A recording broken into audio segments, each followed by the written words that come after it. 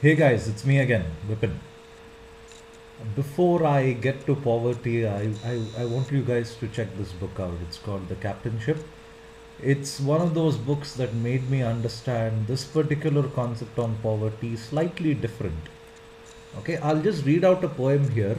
It's in fact by, one moment, Vijay Shekhar Sharma. Vijay Shekhar Sharma is the CEO of 197 Communications, and he's in fact written a poem which were about poverty when he was 12 years old. Now the poem goes something like, I am poverty, I love you, and I cannot leave you because you love me even more. Now, that's something which you guys need to think about when you want to understand an issue as sensitive as poverty. Okay, this is a very, very nice book because they've gone about explaining entrepreneurship from the entrepreneur himself.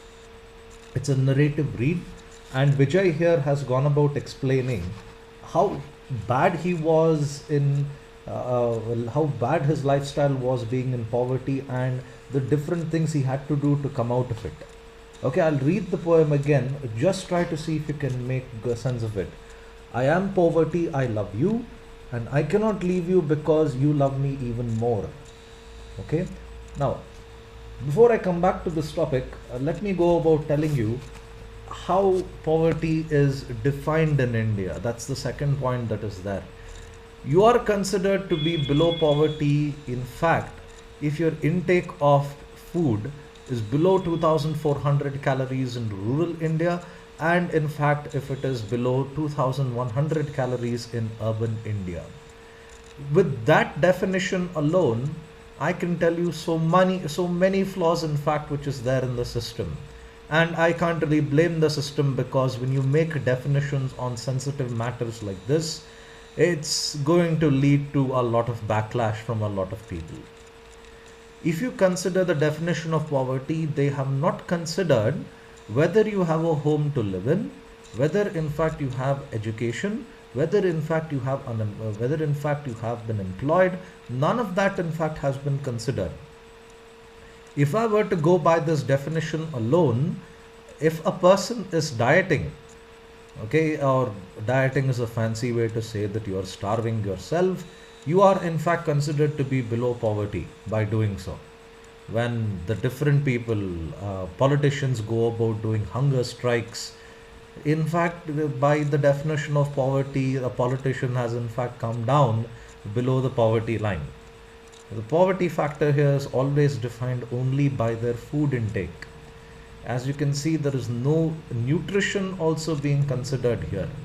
The 2400 calories in rural India could be in fact taken from consuming just raw animal fat, or you could end up just consuming something as awful as maida.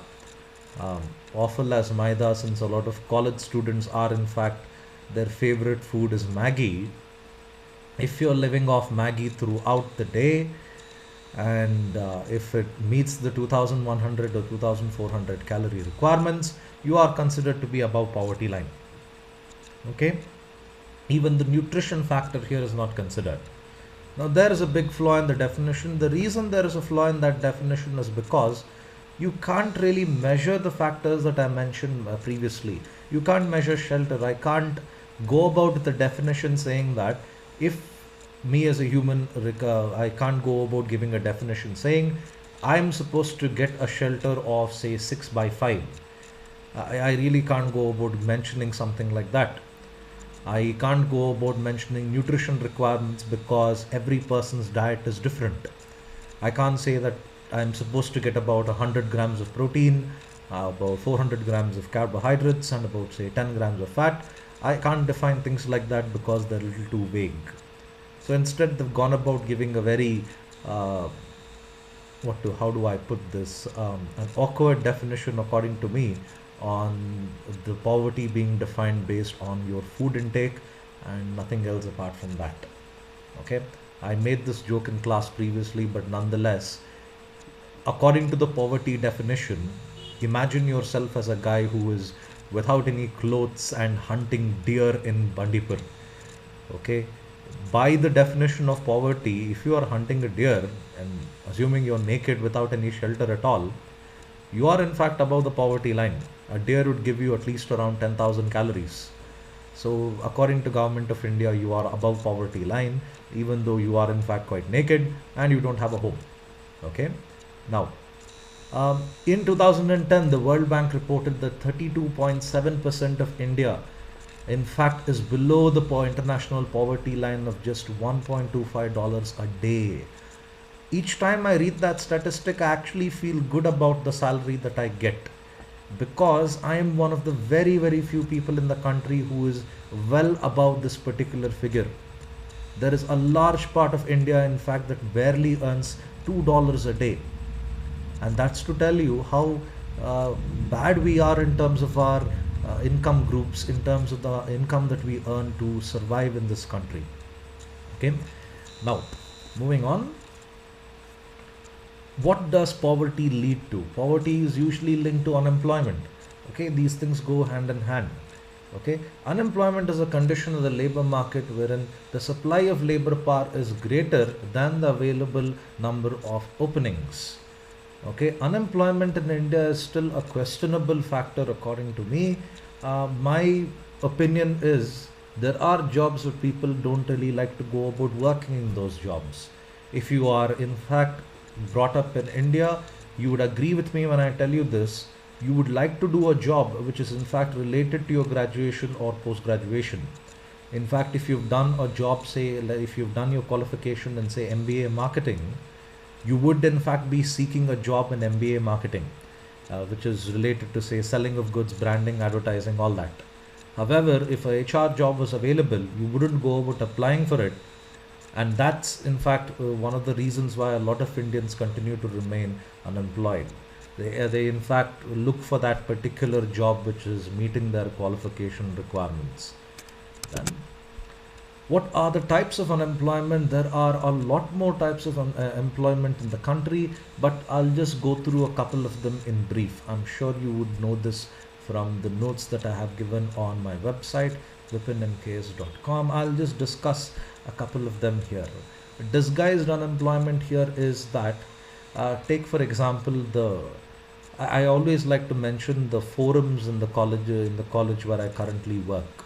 If for example you have work to be done, let's say a poster to be done, I notice that the poster can be done by just about say two people can comfortably work on it.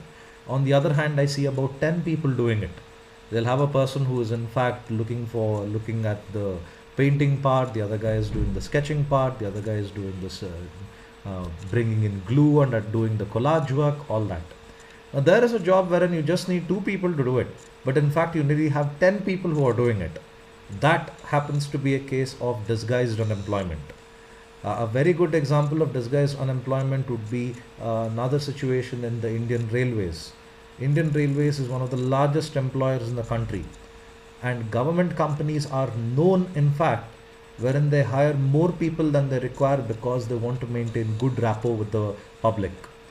Okay, you don't need so many people to do that particular job, but nonetheless you have the situation like that, and that's a case of disguised unemployment. I can even consider a lot of people who are on bench in IT companies. Okay, being on bench is just, you just come to work and you get paid. You don't have any work. You just need to show that you're present every day. Okay, even that is an example of disguised unemployment. Open unemployment, according to me, I don't see this in India, but I do go about seeing this in the US. Okay, in the US, you actually come across cases where the number of jobs in fact available is far below than the number of people who are in fact applying for it. Okay, in US, I'm very happy to mention this. They have accepted the concept of dignity of labor.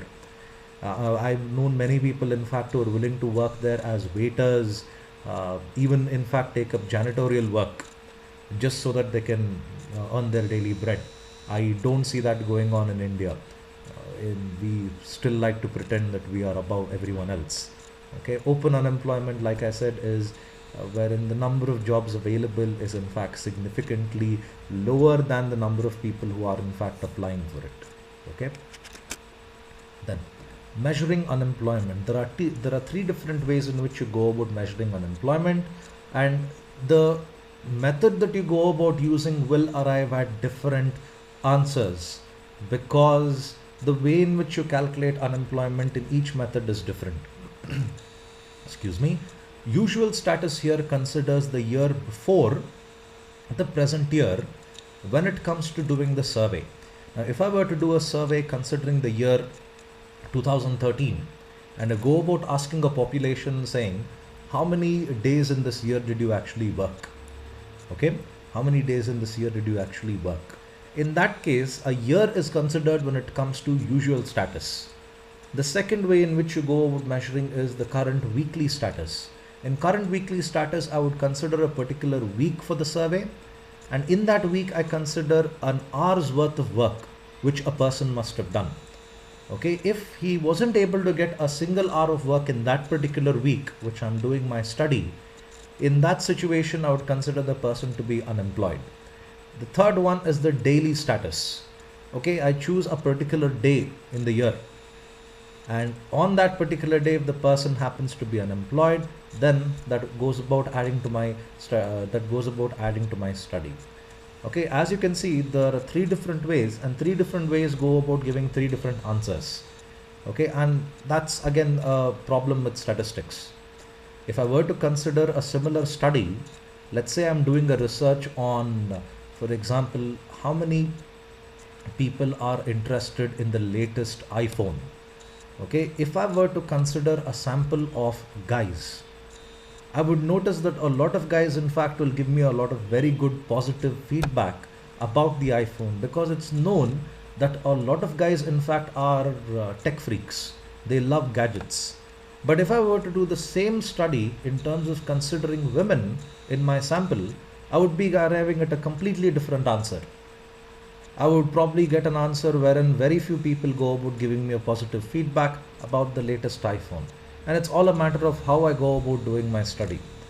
Okay, so there are three different ways in which you measure population and three different answers you arrive when you go about measuring population in these different ways. Okay, then poverty alleviation programs, I don't have the time to go about explaining all of them here, but again I'll mention this. Go to my website vipinmks.com, vipinmks.com.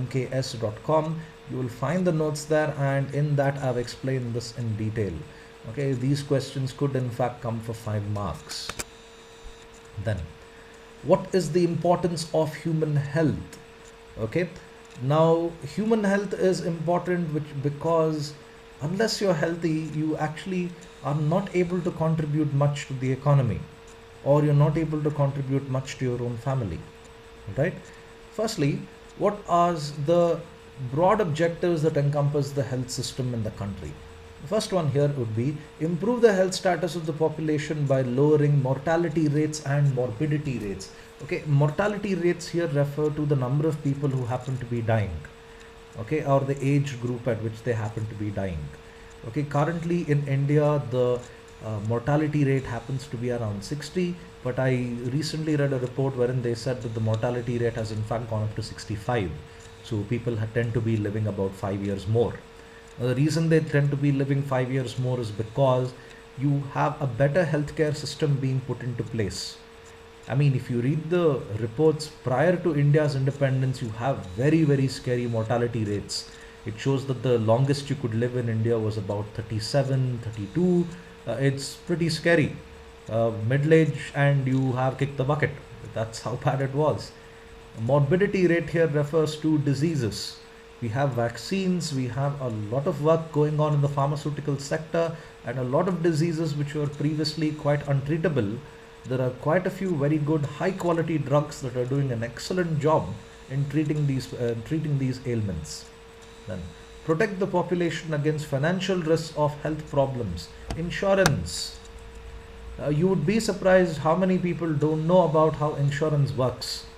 And it's very important that you go about explaining to them and telling them, if you spend just about say 2,000 per annum on an insurance policy, you can prevent from paying lakhs in the future if you were to fall ill.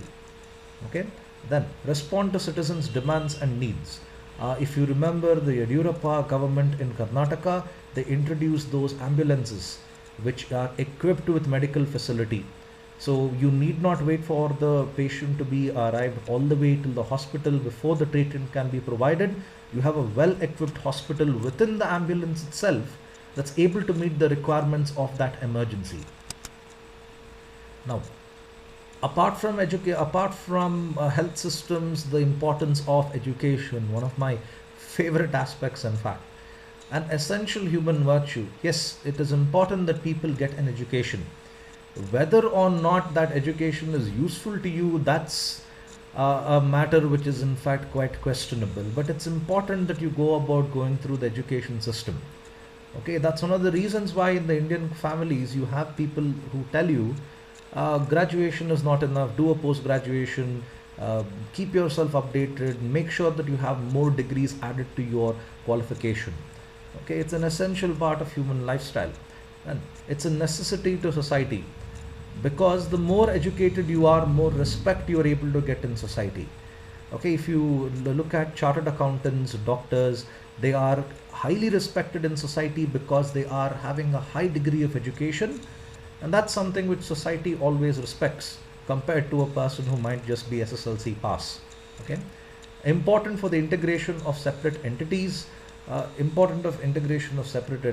sounds very sci-fi. That just means that you being able to link concepts which you studied in your textbook versus the concepts in reality. Okay, doing a problem on income tax from your textbook versus actually solving something which a client has given you, that's a different feeling altogether, and that's a different learning curve altogether. Then gives the significance of life. Now, I might sound very philosophical and very Buddhist like in this, but in fact, once you're educated, you start to see things in a different way. You no longer look at things in a more casual sense, you're able to look at things in a more realistic perspective. Okay, educated men and women are superior. I sound like the German Nazis when I talk about superiority here, but in fact, that's the truth. If you are educated, you feel more confident about yourself, and when you are more confident about yourself, it gives you a feeling of superiority over others. Okay, then a sign of freedom. Once you're educated, once you complete your studies, you are able to do whatever you always wanted to do. Okay, and that's something which is in fact very important. Basis of good life. It is always believed that if you are educated, you can have a better lifestyle than someone who is not in fact educated. Okay, if you are well educated, the belief is that you're able to earn more. When you're able to earn more, you're able to do well for yourself.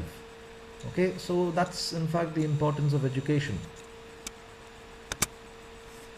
So, education and literacy. Now, this is another flaw in the statistic that you have in this country. The second point there, which is in fact quite interesting, as per the latest statistics, the literacy rate among urban population is 84.1% and 67.8% for rural population. Not completely something which I would agree with, because of the way in which you go about measuring literacy. Indian way of measuring literacy is your ability to sign in a particular language. Okay, if I were to sign my name in Kannada, okay, V pe na, okay, I don't have a sheet of paper here to sign and show you, but if I were to just sign that, I am considered to be illiterate. Whether or not I can speak good Kannada, whether or not I can read good Kannada, that's something which is immaterial. All they look at is your ability to sign your own name in a particular language. Okay, so that's the way in which they measure literacy. If you're unable to do even that, you fall in that margin 16% in fact, wherein you need to go about giving the left hand thumb impression. I disagree with this, because when it comes to measuring literacy, you should look at language fluency. I've come across n number of cases wherein if I'm in a bank filling the deposit form, there's a person who comes next to me and asks me what are the details I'm supposed to fill in this. I've noticed most banks at the deposit form, they go about printing that in Hindi and in English. I've even seen some banks who've printed that in Kannada and in English as well.